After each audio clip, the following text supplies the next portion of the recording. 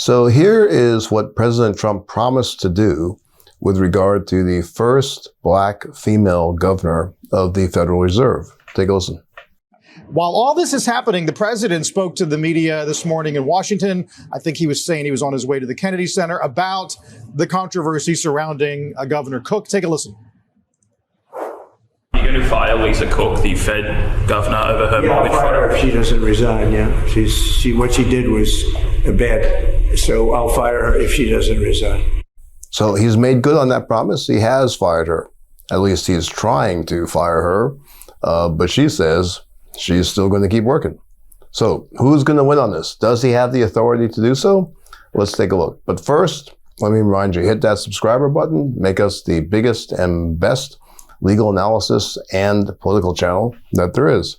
So hit the subscribe button. So this goes back in terms of the legal analysis to Trump versus Wilcox, right? Seems like ancient history now, but it's where the Supreme Court, acting on an emergency basis, they stayed the challenge to Trump's ability to fire members of the National Labor Relations Board, which, like the Federal Reserve, is an independent agency. So in so doing, it's not a complete end to the case. It was just the emergency petition where they stayed the challenge, meaning it allowed Trump to fire members of that independent commission. And in so doing, they basically sounded the death knell for the very well-established case of Humphrey's executor, which basically upheld the independence of federal agencies. They said, nope, they are aspects of the executive. The president can do what he wants to do. However, there's a carve-out. So let's take a look at that. Well, first, let me put up this point about what the Supreme Court did in Trump versus Wilcox, because it, again, we've been talking about this, shows that what the Supreme Court thinks is an emergency is almost always if there's a threat to the expansion of the executive power. Why is that an emergency? Complex answer. I don't think it's an emergency. That is not the right understanding of harm to people. But I digress. That's the state of the law. But state of the law is also that there was a carve out for the Federal Reserve because, put up a screenshot here for you, the court said that the Fed is different. Now, of course, their rationale for that was their usual reliance on what I would consider ancient history to justify it as needed. They looked to the first and second bank of the United States. That's what the Fed's more like. Look, I'm not saying there isn't historical precedent. I'm not saying it's not valuable to understand the function of the first and second banks of the United States, which I don't understand that function. I'm just saying they only selectively look towards historical things when it seems to help what they, the court, is saying. Nonetheless, it means the Fed is different. And so that's why Trump is ginning up this ridiculous allegation against Lisa Cook, which is that she is guilty or she's being suspected of mortgage fraud. And the reporting is there's a question of whether she declared two places as her principal residence. She has not been charged, much less convicted. And the basis of all this is a, quote, criminal referral from an agency that used to be totally obscure. I'd never even heard of it. And that's the Federal Housing Finance Agency. So there's a Trump lackey installed there. Ironically, that's also an independent agency. Doesn't sound like it's being very independent, of course. You can take a look at the description of what they do. And because of this criminal referral, let's describe criminal referrals for a second, just to be clear what that is. A criminal referral is basically any time somebody makes referrals to DOJ, take a look at this. It most commonly comes up when a member of Congress does that. They say, I'm very worried about this. You know, I think DOJ should take a look at that. Traditionally, DOJ takes that with a little bit of a grain of salt because they're wondering what the motivation is there, and they're going to do an independent look at it. So the point of that is, there's hardly a really strong basis for thinking someone's already guilty. But the reason that Trump has to come up with this is that under Wilcox, he needs the cause for getting rid of somebody at the Fed. So it's going to be litigated, obviously. And it seems very much of a pretextual fake because he just wants to control the Fed in order to lower interest rates to make himself popular. He had been complaining about the chair of the Fed, Jerome Powell, who refused to step down. So Trump began claiming Powell was a lousy manager because he was doing a lousy job of renovating the Fed building, something that has been coming for a long time, has been ongoing. And in any event, the chair of the Fed is not exactly someone supervising the day-to-day contracting issues. That didn't really work out so well for Trump. He kind of backed off of that. So now he's focused on getting rid of the first black female governor of the Federal Reserve.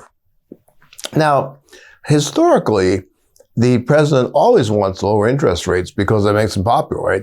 People like that fact. They ultimately, have mortgages will have lower interest rates based on the Fed's borrowing rate. But the presidents do not try to force it because that's the whole point of having a central bank, right? Is that they're independent from the leader. Really good book about this, about Alan Greenspan, very legendary head of the Federal Reserve. Bob Woodward wrote the book called Maestro. Big part of that documents the tensions in the Clinton administration with Greenspan, where Clinton, who's had a pretty good handle on domestic economics, really wanted to follow Greenspan's ideas, but he was also very frustrated that they still wouldn't cut the interest rates enough for him.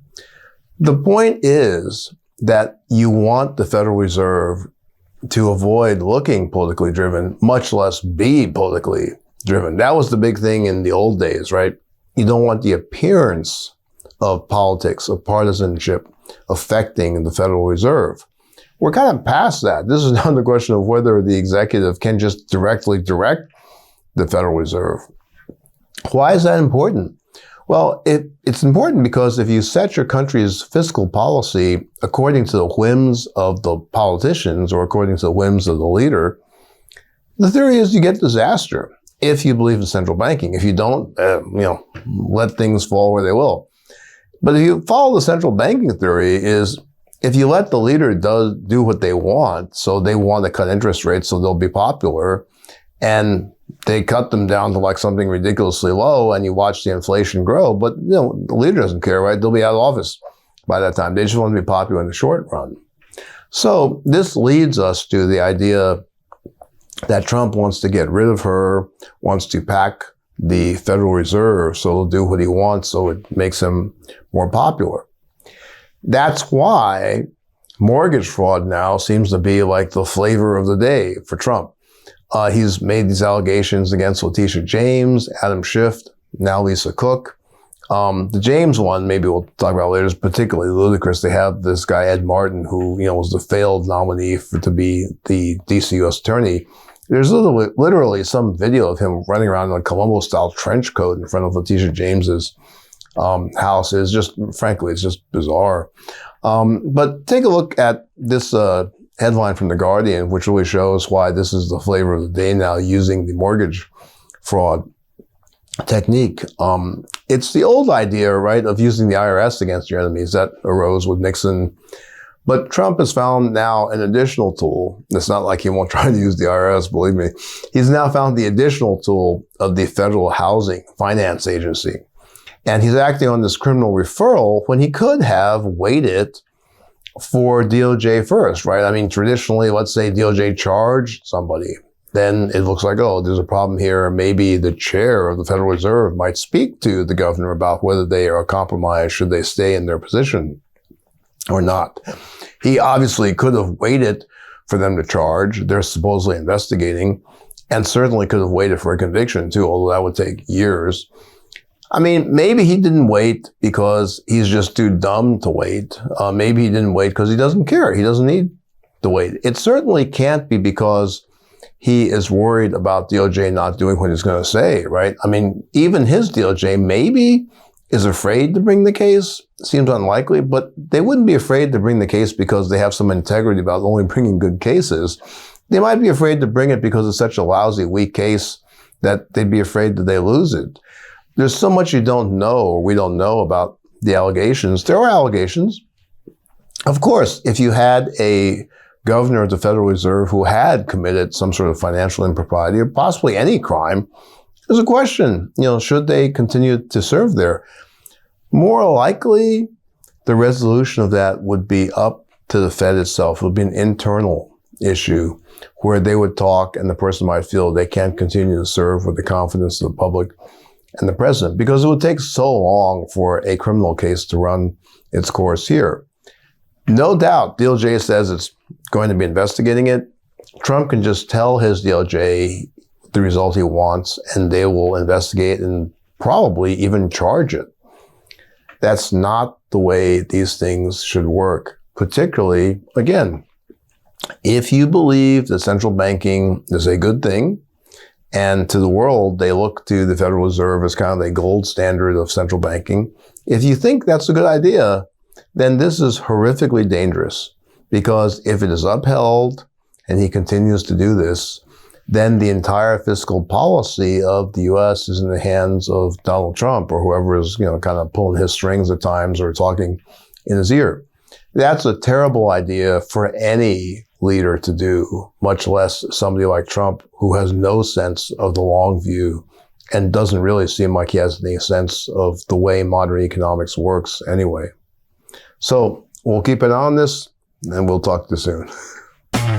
Can't get your fill of Legal AF? Me neither. That's why we formed the Legal AF Substack.